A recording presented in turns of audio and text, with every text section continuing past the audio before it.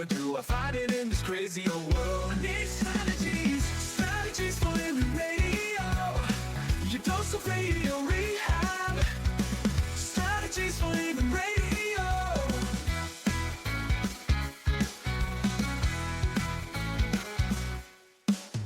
Every time I listen, Lauren and David share strategies for living, and it makes me aware. I've got strategies for living, strategies for living radio. Your dose of radio rehab. Strategies for living radio. Your dose of radio rehab. Oh, we need them, don't we? We need those strategies for living. So are you ready? You ready for your daily dose of radio rehab? Oh, babe, I'm ready today. Yeah, I brought the big guns in today. Hey, folks, welcome into another edition of Strategies for Living. I'm Dr. David McMillian. She is psychotherapist, PLPC, Lauren Leon McMillian. So, brought the big guns in today. That's right. Yep. I'm glad. Who would be better? Who would be better to talk about the reality of the struggles that are faced in marriage or a long-time partnership than a divorce attorney? I'd say that's who you want. Yeah, for the past 30 years or so, Nancy Perpall, who is our life strategist today, has helped her clients take apart their marriage, and she's spending her retirements helping couples stay together. I love it. She's got a wonderful book. When I saw it and read over it, I said, we got to have Nancy on. It's called The Malnourished Marriage, 5 Essential Emotional Nutrients for a Healthy Relationship. Nancy's on to something here. I am so looking forward to today's conversation because as we talk about, we don't talk about relationships enough. No, we don't. Because it's foundational for our being as humans. And we're going to talk. We're not going to shy away from any of the important aspects of relationships because we're strategies, right? That's right. We're strategies for living. A whole human. Yeah, I need some protein. Yeah. Well, we'll see if Nancy can't help us. Yeah. Well, we'll see about that. I hear there might be pizza involved. Actually. Yeah. Well, I hope so. I certainly hope so. Folks, thank you. Thank you for tuning in to Strategies for Living. We appreciate you being here. And we appreciate our sponsors who make it all possible. The Robinson Film Center and Azalea Cleaners and Pintail Roofing and Learning RX. We train your brain. The Balanced Life Wellness Center. Fertitas Delicatessen. They're the home of the Godfather, alligator Italian sausage, and pretty good muffies, too. SRT Sales Training, Uprising Addiction Center, and Mira Direct Primary Care. The Malnourished Marriage. Hope you don't have one, but if you do, we're going to talk about some essential emotional nutrients to get you healthy again. That's today on Strategies.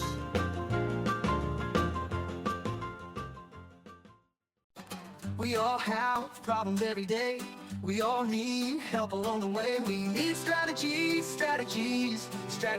for living radio. And welcome into Strategies for Living Radio. Lauren Leon McMillian, David McMillian, and our life strategies today is, she was a divorce attorney. And she actually started her career as a critical care nurse working in the emergency room, an intensive care unit, where she had a ringside seat to witness the impact that the stress of an unhappy relationship has on a person's health. And then I guess she became an attorney and helped people take apart their relationships. And now, in her retirement, let's put them back together. Nancy Perpall, welcome into Well, Strategies thank you so much. Thank you so much for having me. Absolutely. Yeah. I mean, how could we not with this book, The Malnourished Marriage, and it's available where you buy books, right? Yes, on Amazon and all booksellers everywhere. Okay. So there's so much in here. But let me begin here. What is the biggest single thing that in the 30 years that you practiced family law and helped people in their marriages, what was the biggest thing that couples tend to overlook before it's too late, Nancy? I think what they overlook is when the relationship shifts from the fast boil in the beginning to the simmer, what they can do to start to get the fast boil going again, or at least not, boiling to the point where it's going to burn each other, but really ignite the relationship. A relationship is just like, you have to feed a relationship just like you have to feed your body. If you don't give your body the right nutrients, what happens? You get fatigued, you get irritable, you get brain fog. Right. If you don't feed the relationship, which I endorse is a separate entity, and that's borne out by the research, each of the people in the relationship, partners in the relationship, get irritable, and they don't get brain fog, they get relationship fog, which I define as they start to think about, maybe I'm not with the right person. Maybe this person isn't the one who's meeting my needs. Maybe this isn't the right person for me in this relationship. And they start fantasizing about going outside of the relationship. And of course, we all know that's the worst thing you can do. Right. Yeah. Right. What is the worst thing that people can do? They can idolize what they think the person they're with is. Is it the soulmate? If you think this is your soulmate, and there's no such thing, I propose, and the research bores this out, there's no such thing as a soulmate. If you think this person is a soulmate, it puts you in a state of passivity. In other words, this person, without any effort on my part, is going to meet all of my own needs. And that's just not that's not going to happen. Right. You've already mentioned, Nancy, the brain, and you start in the book. You start with the brain. Chapter 1, as a matter of fact, is your brain on love. And we kind of our brain is certainly affected when we fall in love, isn't it? Absolutely. We fall in love because of the dopamine that's released in our brain when we're with somebody that we think we're attracted to and we may have a future with. And that's just hardwired in us for, eons of centuries. The whole purpose of the human race is survival and procreation. Absolutely. And so when we meet somebody that we're interested in, it's sort of a risk. And risk generates interest. The risk is this person going to like me the way I like them? And the dopamine starts to be secreted. And the issue that I have found in my research is that once the dopamine levels off, after the initial, steaming, sex and the interest and the 4-hour conversations at night, it dissipates between 12 and 24 months. But you can reignite that. You can replenish it by conversation, by new experiences, by having, and, sex is not just intercourse, it's outer course.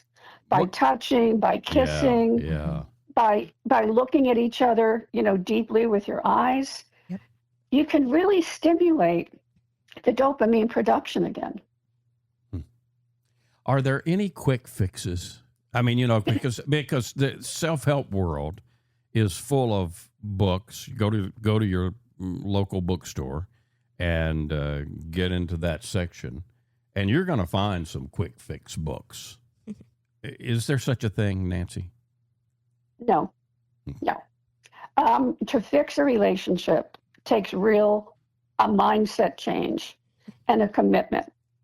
It's just like if you're morbidly obese, are you gonna take five steps to lose 40 pounds in 5 days? No. No. If you're a raging alcoholic without going to rehab or changing your mindset or going to an A meeting, are you going to stop drinking? Or are you going to become sober overnight? Probably not. It's the same thing. I think what I truly have found is that if a couple looks at their relationship and they feed the relationship and they want the relationship to be healthy, and they think of things like communication as water, which is what I compare communication to. Water can either crash or it can flow. Words can either crash or they can flow. So if you're having difficulty in communicating with your spouse or partner, and your listeners, if they take anything away from this, take this, and it works. The next conversation you go into with your partner, say to yourself, you don't have to say it to anyone else but yourself. Get your mindset that I want my words to flow. And you know what happens? 100% they flow. Yeah. It's all about changing your mindset and really being committed to making that change. And only one person in a relationship really needs to start to make a change for the relationship to change. Absolutely. Yeah. Through the years that you practiced as a family law attorney, did you ever encounter couples that, once you watched them a little bit, you thought, oh, they don't need to be doing this. This could be reversed, or I don't know. Maybe that was most of them. What do you think? I think I think 75% of them. Wow. Could have been reversed. Wow. And what I found, which I discuss in the book, is that probably more than 75% of the clients that came to my office. And when you do a client interview, you have to sort of get a history of the marriage and history of the relationship. Right. And most of them said, I knew I was making a mistake, but I did it anyway. You know, the invitations were sent, the gown was bought, the venue was paid for, and they went through with it. Right. Right. And I discuss in the book the things that you should discuss before you get married. And one of the things you should discuss is, what is your view of the relationship? Do you think the relationship is just about, meeting my needs, or does the relationship itself going to have needs? And there are many times when I thought, you really should take a step back and rethink this before you go through with it. Some people did and some people didn't. By the time I got to my office, they were so entrenched, and I discussed the brain. The neural pathways were so well worn that there was no way, that they wanted to go any other way. Well, and probably by the time most couples got to your office, the mindset was such that we're not going the other way. Yeah, the decisions were probably made. Exactly. Yeah. And so that's why I wrote the book. What a great way to spend your retirement, How would people begin to discern the difference between, okay, this relationship just needs work, or one that maybe it does need to end? Obviously, as I say in the book, and I said throughout my professional life, if there's emotional abuse, physical abuse, financial infidelity, which is a new thing now, where somebody is just gambling away or drinking away the assets or falsifying documents and taking the assets out of the marriage, that's considered financial infidelity. It's very hard, if not impossible, to come back from that. Right. Financial infidelity is almost as bad, if not worse, than physical infidelity. So there are circumstances under which you're over the Rubicon. There is no coming back.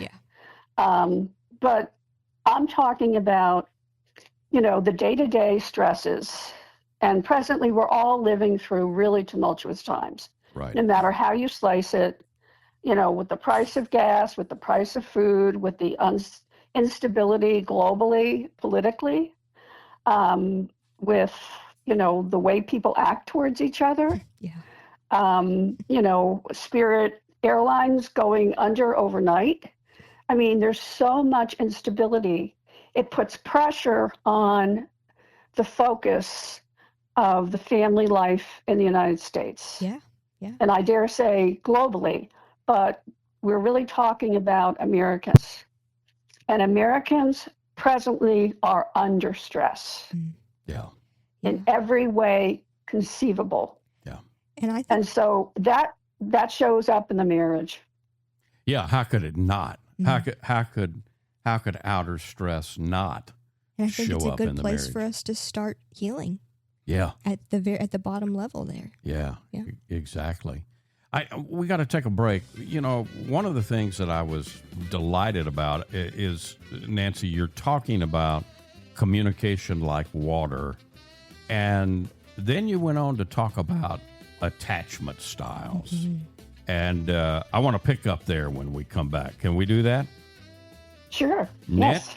Nancy Perpall is our life strategist. The book is The Malnourished Marriage: 5 Essential Emotional Nutrients for Your Healthy Relationship. We've got much more to learn from Nancy, so stay right where you are here on Strategies for Living.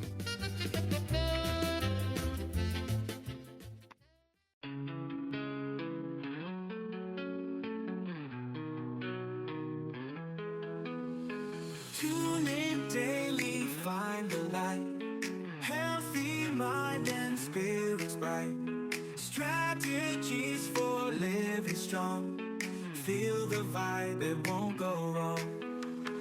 Body moves and soul align. Catch the rhythm, feel the time. Radio rehab every day. Chase those clouds of gray away. Your daily dose of radio rehab. Lift you up when skies seem drab. Mind and body, spirits free. Living life in harmony. And welcome back in. Welcome back into Strategies for Living. Leon McMillian, David McMillian, and our life strategist today, Nancy Perpall. Her book, and you got to go get this book. It's called The Malnourished Marriage. It's 5 essential emotional nutrients for a healthy relationship. Nancy spent 30 years as a divorce attorney, so she's seen Front lines. She's seen the and now in retirement, she's flipping it, and using all that I love how she learned. I love how you've combined all the years of your work, Nancy, as a nurse and then as an attorney, to come up with this beautiful package for all of us. Yeah. That is The Malnourished Marriage. Oh, thank you very much. I think metaphor, particularly today, and food is something everybody can identify with. Yeah. It readily conveys a concept that people can identify with and understand. Yeah. So, communication is water, and I was so glad to see that you talk about that. Basically, one of the chapters asks the question, why do we communicate the way that we do? And you start talking about attachment styles. Talk a little bit about that. Explain a little bit of that to us. Well, attachment style is our early social wiring, and it's set at an early age by our caregivers. And our attachment styles form the subconscious rules we use to love and communicate. And there are 4 different attachment styles, which we don't really need to get into. But what I think is important is for people to understand what their attachment style is. Yes. And, we can't get into it in depth now, but there's a lot of information. There's a lot of yeah. If somebody wants to, there's a lot of information out and about in books and on the internet.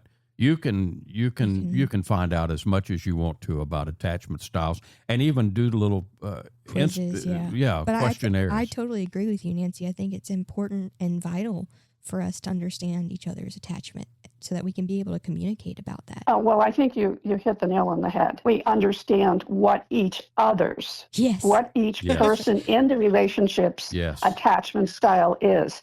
And that is absolutely crucial to having a healthy relationship. Absolutely. Because all of us come out of our childhood with what's called core wounds, whether it's abandonment, neglect, poverty, cultural issues, whatever. And that impacts our attachments. And knowing what our partner's core wounds are, we're less likely to cause triggers in our conversations or our behaviors. Right. Yeah. And triggers are what sets the dial on success or failure in a relationship. Yeah. Well, I mentioned at the first of the show, I need protein. I need a lot of protein. When I was a nurse, and this is sort of pejorative because, this was in the 60s. I graduated from nursing school in 1968. That tells you what an old lady I am. But in any event, when women would come in with, various complaints, and the doctors couldn't really figure out what was wrong with them, they would say, what she needs is deep protein therapy, meaning sex. And, that may not be very nice, but you know what? The reality is. Pretty accurate, though, isn't it? That semen is protein. Yeah, it is. Yeah. And it is actually accurate. I mean, instead of giving her a B12 shot, which they often did, go home and have sex with your husband, they'd say. Yeah. But the reality is sex is protein is the building block of the body, and sex obviously is the building block of relationship. And as I said, you don't have to have intercourse, you can have hour course. Right. Absolutely. Right. And it's like pizza. And exactly. Wait a minute. Pizza? Pizza, yeah. You're going to have to explain that one to me. Explain it for him, Nancy. You could get all kinds of flavors and different toppings. Okay. I don't have to eat. I don't have to eat cheese and pepperoni all the time. Then. No, you don't. Okay. No. Yeah. Yeah. I like like that. You shifted the metaphor that we often use, which is baseball, right? To pizza, and I appreciated that. Exactly. Yeah. Yes. All the years, all the years that I practiced couples therapy, and I don't know, I saw a lot of couples through the years. It amazed me how many of them, both men and women, had the mindset that, okay, when I get here, sex is not going to be important anymore. And I would do my damnedest to help them and to move that. But my suspicion is some of that is cultural. We've got a lot of cultural bias built in about sexuality, don't we, Nancy? Oh, absolutely. I mean, this country was founded on the Puritan idea. I mean, let's face it. I mean, and it, when bras were first advertised on TV, I mean, there was like, a revolt, I mean, churches sanctioned the TV. I mean, it was, sex is a good thing. It's not a bad thing. No. Now, I'm not talking about Tinder or, hookups, and all of that. Right. I'm talking about a committed situation here. Right. You're talking about a committed, healthy sexual relationship. Yeah. Yes, because I think the casual sex that these younger kids are having, I think it makes them feel worse, not better. Yeah. Mm-hmm. Yeah. And that's a whole different, subject if you want to have me back on that whole issue. But it's not helpful for them. Yeah. It's not helpful. It is not helpful for them. Well, because there's no follow-up. There's no commitment. Yeah. And it leads to that whole feeling of abandonment. Mm-hmm. And, well, what's wrong? I gave you myself. Am I not good enough? Yeah. Yeah. But in a committed relationship, I think touching, cuddling, looking at somebody intently, putting your cell phone down, turning it off, God forbid, that goes a long way to showing that you're really interested in your partner. Yeah. Yeah, I went out to dinner with some friends the other night, and there was a very attractive, I would say they're maybe mid-40s. They didn't speak to each other. They were on their phones the whole night. Yeah. Yeah. And I'm baffled by this. Yeah, you see that over and over. Yeah. And when you go out. Yeah. And so words can crash or they can flow, but they can also act as a void. Yeah. Yeah. Well, young or old. I mean,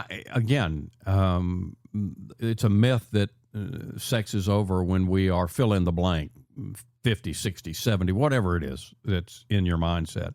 But no matter if you're old or young, how do we go about discovering what our sexual needs are, desires are? How do we do that, Nancy? Well, I think it's self-examination. I think you have to be honest with yourself.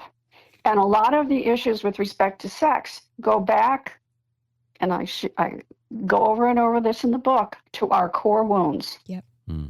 Esther Perel, I'm sure you know who she is. She's a very famous marital counselor. Right. World famous, Mating in Captivity and the other book she's written. She says, tell me how you were loved as a child, and I will tell you how you love. Yeah. So again, it's all about how were you loved? Yep. Were you touched by your mother and your father? Were you told you were loved? Was there tenderness in the touch? Or was it a straight arm? Was it, sort of a Victorian situation where you only came down once a day to meet your parents? This is all about how you were raised and what you come to as an adult, because those core wounds never really heal. We just have to learn how to carry them around with us. But you know what? And how to, you know what? And this is where I think you flipped it around. You started out in nursing, then you went to lawyering, and now a wonderful author. But you flipped the whole thing around, because this is my opinion. You two may not agree with it, and that's okay. Y'all can be wrong. But in a committed relationship, core wounds can be healed. Absolutely. And especially if you understand what yours are and your partner's are. And y'all talk about it. Yeah. You're able to have that communication. The committed relationship can be a hospital, within which healing can take place. Yeah. Well, in that regard, I agree. What I was saying is that without that kind of support, it doesn't get better. Right. Yes. Right. Yeah. But with that support, I agree. And that's where each of you, and Lauren said this earlier, you have to know where your partner is coming from. Yep. Yes. And she said that spontaneously, and that actually is the key to everything. Absolutely. It's not just about knowing yourself. It's about knowing where is my partner coming from. Yes. And when I talk about compromise, some psychologists used to say compromise was a bad word. It was control.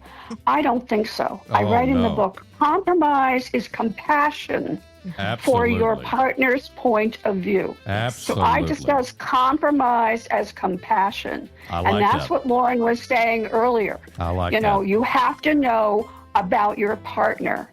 And she said the key to this whole discussion, it's not just about you and what your needs are in the relationship. It's knowing what your partner's needs are. Absolutely. The Malnourished Marriage. That's the name of this wonderful book by Nancy Perpall. You can also find her at nancyperpall.com. We're going to there's a little course there, too. We'll talk about that when we come back here on Strategies for Living. Stay with us.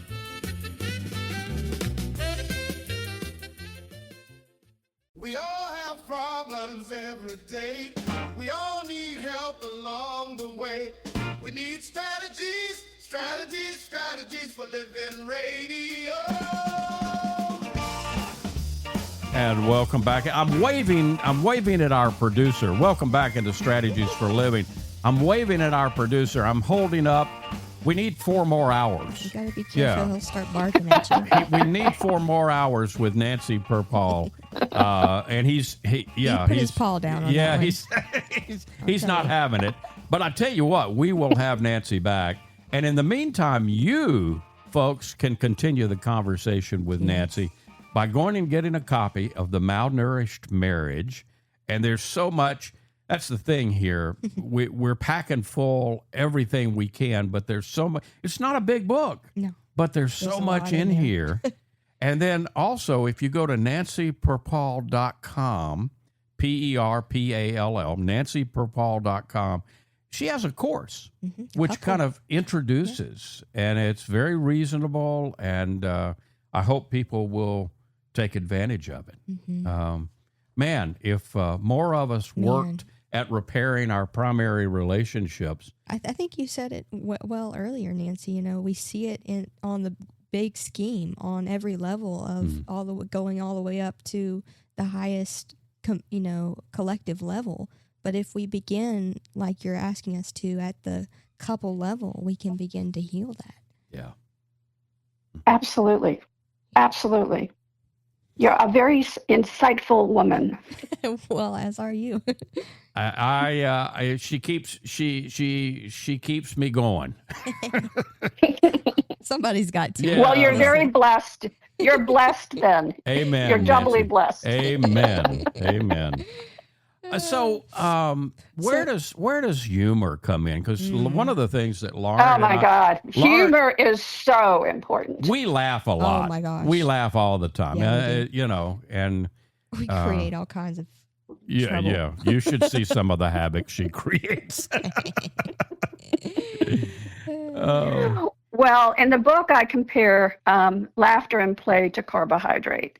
And I think everyone knows that carbohydrate is absolutely essential for the brain to function. Right. And if the days on which we're low on carbohydrate, we get brain fog and we get irritable and we get fatigued. Yeah. And when our relationships lack laughter and play, we get irritable. We get relationship fog, again, thinking about maybe there's somebody else out there that is going to be better for me.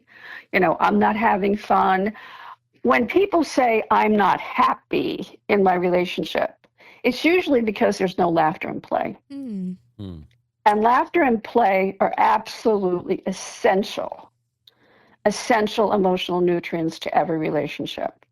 And carbohydrate used to give, I don't know, all those World War II movies nobody watches anymore. But, growing up, you would see these soldiers, giving kids the Hershey bars after World War II. Yeah.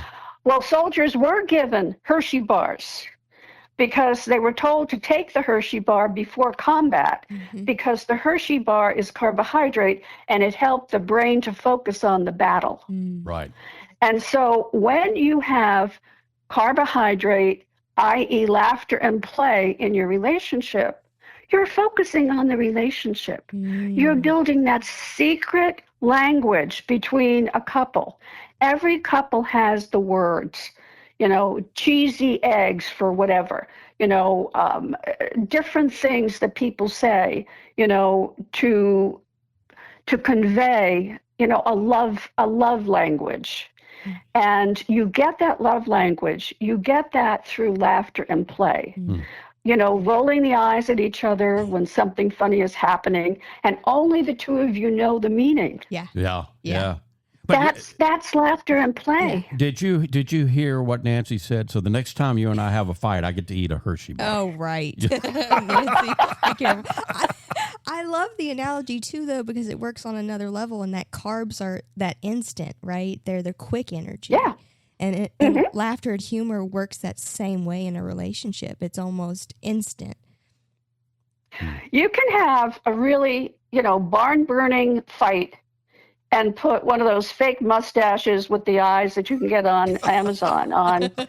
And your partner, no matter how angry they are going to crack up. That's right. Yeah. Exactly. I mean, Esther Perel, again, I'm a great follower of her. Yeah. Says that when you're really in the thick of it, and this is something that happens over and over between a couple, she tells them to lay down on the floor and hold hands. Because you can't fight in that position. Right. Yeah. And then they start laughing. They start laughing with each other because they're on the floor holding hands. Yeah. Right. Yep. I mean, doing anything to break that cycle of anger. Now, again, if that is abusive, if you are name called, if there's gaslighting, if there's emotional abuse, run. Do not walk to the nearest lawyer's office. Right. Yeah. I mean, I do not believe you should stay in an abusive relationship. Right. So I underscore that. I think that's important. But laughter and play is so important.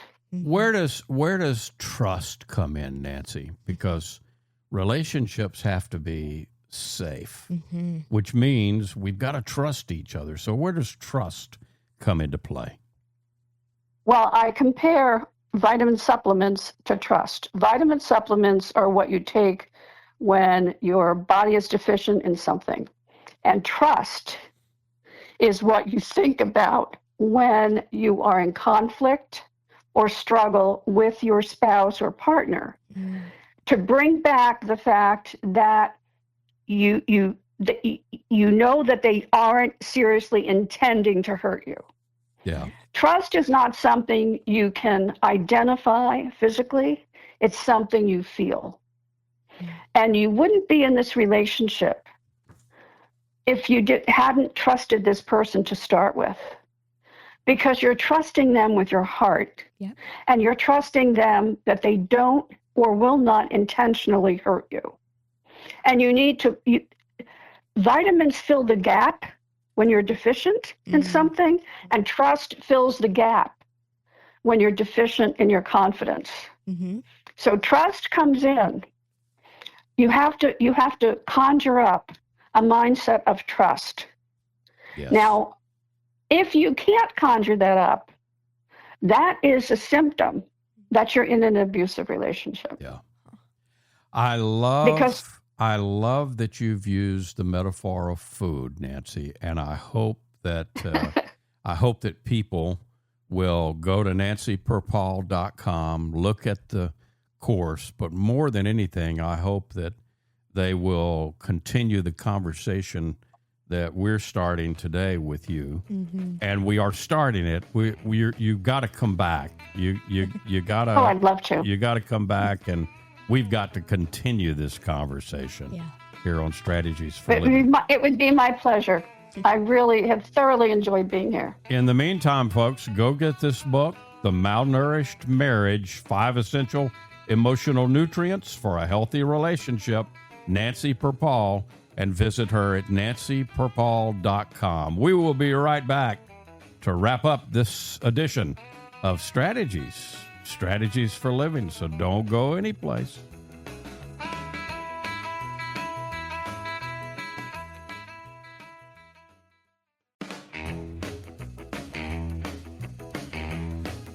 And welcome back into Strategies for Living.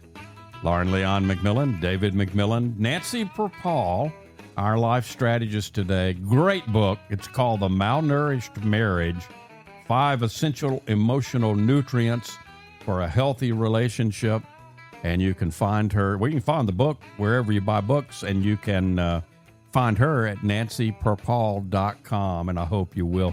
Nancy, we're going to have you back, but today, and in this conversation, what do you really want to leave people with? What's most important? Communication. Communication is connection. And connection leads to satisfying sex. It leads to trust. It leads to compromise and compassion. It leads to laughter and play. If your listeners don't remember anything, remember, go into every conversation with your partner or spouse and say, I want my words to flow. I do not want them to crash. Yeah. And it really does change the whole dynamic of the conversation. And communication is key. We've heard that over and over and over again. Yes. But Yes. no matter how many self-help books I have read, nobody really explains, well, how do you get over that hump of wanting to put a zinger in there, so that you can get even? Hard stuff. The issue is Hard you stuff. don't want to get even. You get even. You get even by not having your words crash. Amen. You would be amazed Amen. at what you're going to get back. How many benefits you're going to have in that relationship if you just let your words flow. Absolutely. Nancy, thank you. Folks, thank you. And we appreciate our sponsors who make it all possible. Robinson Film Center, Azalea Cleaners, Pintail Roofing, Learning RX, We Train Your Brain, the Balanced Life Wellness Center, Fertitas Delicatessen, SRT Sales Training, Uprising Addiction Center, and Mira Direct Primary Care. If today were the last day of your life, you only had one more phone call that you could make, who would you call? And what would you say? And why are you waiting? Make the call. For Lauren Leon McMillian and for Nancy Perpall, I'm David McMillian. We'll see you next time right here on Strategies for Living.